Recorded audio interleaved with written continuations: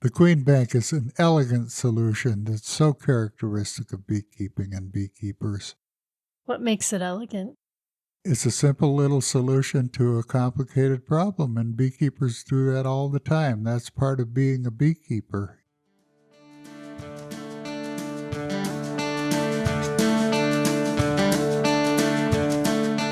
Hello and welcome to Notes from the Beeyard.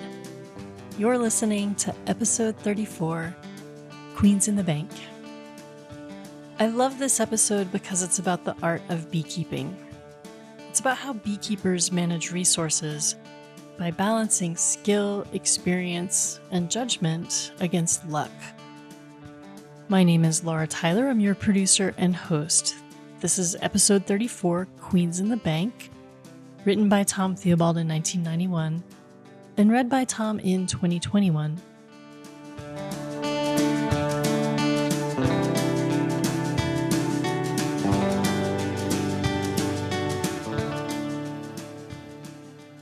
Two days of wet spring snow was a welcome change, and for the time being at least has broken a very dry spring. It also gave me 2 days when I could stay inside and finish up my income taxes. On the first day of the storm, I reached my income tax saturation point by 1:30 in the afternoon and headed west to look for bluebirds. I felt as if I were traveling up the river Styx as I made my way toward the foothills. Ground fog from snow melting on warm asphalt floated eerily a few inches above the road, and the land was white under a low canopy of gray. I found a scattered flock of about 200 bluebirds west of Table Mountain, in the company of thousands of migrating robins. They were all energetically working the prairie for morsels, and the catch of the day seemed to be earthworms. I was surprised to see the bluebirds, as I hadn't expected to find any this late in the spring. The moisture wasn't enough to bring up the water table or charge any deep aquifers, but it was enough to saturate the top few inches of soil, and it will ease us forward another 2 or 3 weeks before we have to worry again. For agriculture this spring, moisture is money in the bank, and this is particularly true for beekeeping, where all of the spring bloom is dependent on natural moisture rather than irrigation. Most of the spring flowers, the dandelions in particular, are surface feeders, and the soil moisture from this storm should bring on a good dandelion bloom. With the bank account in better order, I can relax a bit and let my attention turn to a bank of a different kind, a queen bank. I practice a form of beekeeping called double queening, in which a second queen is established in each colony. My first and largest order of queens should arrive on the 17th of April, and that will usher in a period of several weeks of intense activity. This is the beekeeping equivalent of calving or lambing time, when weekend is a meaningless concept and the days are defined not by the clock but by the weather and my endurance. Ideally, all of the queens should be put in the colonies at the same time, or at least over the shortest period possible. As a practical matter, it can't be done. Since I work alone, I can only go through so many colonies each day and set them up for a second queen. Throw in a bad weather day here and there, and the double queening begins stretching the time longer and longer. Each queen comes in a small shipping cage along with a few workers called attendants. The queen can't feed herself from a plug of soft sugar candy in one end of the cage, but her attendants can feed her through the screen. The queens can be kept in these cages for a limited number of days, if they are kept in a warm, dark spot, the top of the water heater in my case, and watered morning and evening. In the early years, I staged the shipments from the southern queen breeders based on what I thought I could get done. So I would work my way through the queens from the first shipment and have them all in before the next shipment arrived. This approach worked fairly well, but there were some drawbacks. Sometimes things went better than I expected. I had all the queens in before the next shipment arrived, and precious sunny days went by while I waited for the next batch to come. More often, things didn't go as well as expected, and the queens began to back up on top of the water heater. Then, what Barbara and I jokingly referred to as queen weather, rain or snow, would settle in and put me even further behind. I began to worry about any queens which had been in the house for over 10 days, and there were some years when this extended confinement affected the productivity of the queens once they finally got into the hives. And then I started banking. To set up a 2-queen colony, I put the old queen, along with half the brood and bees, in the bottom 2 stories, hive bodies, with their entrance to the front. On top of these 2 stories, I placed a solid divider, then the 3rd story with the rest of the bees and brood, but without a queen. This top story has an auger hole entrance to the rear. In effect, I have created a new colony in this 3rd story. Within hours, they will recognize that they are queenless. Within days, they will see themselves as separate from their former sisters down below. If I come back a day or 2 after they have been divided and give them a new queen in a cage, they will release her by chewing through the candy plug and accept her as their own. Later, I will organize things so the workers from the 2 halves are reintroduced to each other and begin to work together. But the queens will remain separated. This is a 2-queen colony. I can use this same approach to create what is called a queen bank and solve my problem of keeping queens on hand and healthy. The queen bank colony is divided as I've described, except the top story gets more combs of young brood and lots of nurse bees, the young bees which feed the brood. In the center of this top story, between the 2 frames of brood, I place a frame which looks a little like a spice rack. This frame can hold up to 40 queens in their respective cages. The bees will feed and care for all these queens, and the large population of nurse bees passing back and forth between the brood combs assures that they will be well attended to. Then, I simply go out each morning and pull the queens I need for the colonies I split the day before. The last queen is saved for the bank, and when she is finally released, the queen bank becomes a 2-queen colony like the rest. Nifty little system, isn't it? Beekeeping is full of them. Now when I get behind on the queens and the weather turns to rain or snow, I don't have to worry about queens sitting on top of the water heater. I can stoke up the fire, pull out a good book, enjoy the spring storm and moisture it provides, because the queens are in the bank.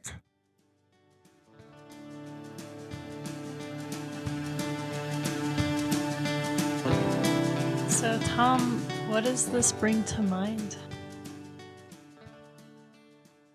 It brings to mind all the little techniques that are available to beekeepers, and this is a perfect example. Not many beekeepers would have this same problem with having to install large number of queens over a limited period of time. And you can only keep them on top of the water heater for just so long, and the queen bank solved that problem beautifully. And commercial beekeepers would maintain a queen bank as a matter of course, even though they don't double queen. They would keep queens on hand and well cared for in the event that they needed them for any of a number of reasons. So the queen bank is a technique that I probably should talk to the beekeepers of today about, because they're all having a lot of queen problems. They're losing queens, they're maintaining nucleus colonies so that they'll have queens on hand. They really need to, I think, start utilizing the concept of the queen bank. Mm-hmm.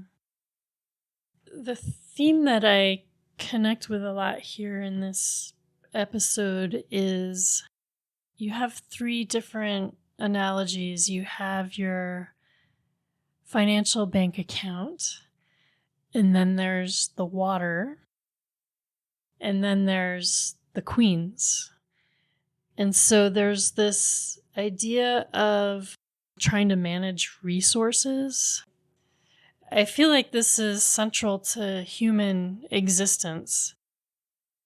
This work of managing the available resources that you have around you so that you have what you need when you need it. Boy, I don't know. That's a pretty complicated concept. I don't know that I gave that level of thought to it when I was writing. So there's these beautiful ideas of the bank account, the aquifer level, having enough. There's this idea of having enough that I find very interesting, and then the work that goes into that. I'm really at the mercy of Mother Nature when it comes to the available moisture. And I hope for the best, and usually I'll get the moisture that I need when I need it, but I don't really have any control over that. Mm-hmm. The queen bank is a different concept in that I do have control. I can use the queen bank as a resource that I tap as I need it. In my case, I maintained the queen bank so that I could sustain the two-queen system. But for a large commercial beekeeper, that queen bank is just a resource.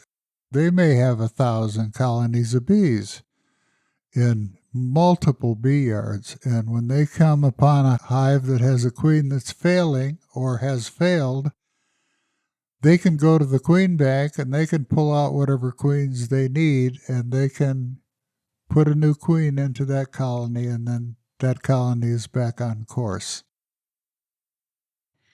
So there's another line in here where you talk about ideally all the queens should be put in the colonies all at the same time, but as a practical matter, it cannot be done. You want to talk a little bit about what it feels like to be juggling more than you're able to do? Well, when I was keeping the queens alive on the top of the water heater, I became very stressed when I began to fall behind and the queens weren't going into the colonies at the rate that they should. I heaved a huge sigh of relief when I stumbled upon the concept of banking, and it resolved that problem for me, and I could breathe easy. Mm-hmm. Well, I had a significant financial investment in these queens. I don't remember what I was paying the southern queen breeders. It probably would seem like not that much by today's prices, but I was probably paying $30 a queen, and times 90 queens. That was a significant investment that I had at stake, and I didn't want any of those queens to fail because I didn't get them into the colonies as quickly as they should be. And the queen bank gave me breathing room. Mm-hmm. They were perfectly well cared for in the queen bank. They weren't going to suffer from the period of time before they got into the colony that they were going to reside in, and that investment, that financial investment, was secured by the use of the queen bank. So it sounds like you had a problem and then you solved it. Exactly, and in an elegant way. The queen bank is an elegant solution that's so characteristic of beekeeping and beekeepers. What makes it elegant? It's a simple little solution to a complicated problem, and beekeepers do that all the time. That's part of being a beekeeper. It's not like following a book. It's not the Betty Crocker approach to beekeeping. Mm-hmm. You have to be very innovative as a beekeeper and adapt solutions to problems that you face as they appear. So I'm hearing that there's innovation and then sensitivity, care, creativity. Yeah, if you're a beekeeper with a fairly large number of colonies, you are the bee master. You are responsible for solving the problems that the bees can't solve themselves. And you have to use your understanding of the dynamics of a colony of bees or multiple colonies of bees to solve the problems that they face, some of which are of your own creation. And then another piece that I noticed that you do in a lot of your writing. So you're talking about queen season for beekeeping being equivalent to calving or lambing time. And so it's kind of like you're shouting out to other people in the ag community, trying to make a connection between beekeeping and the rest of agriculture. Exactly, and I think that's what I was trying to do, was trying to compare beekeeping, which is a mystery to most of the people who would be reading my column, the farmers and the ranchers, to compare the requeening portion of beekeeping with their objective of producing calves and lambs to keep their operations going. That's the role that the queens filled in the beekeeping world. Do you feel like you were successful in making connections between beekeeping and other endeavors? Yes, I do. I think that's one of the successes of what I did for 27 years.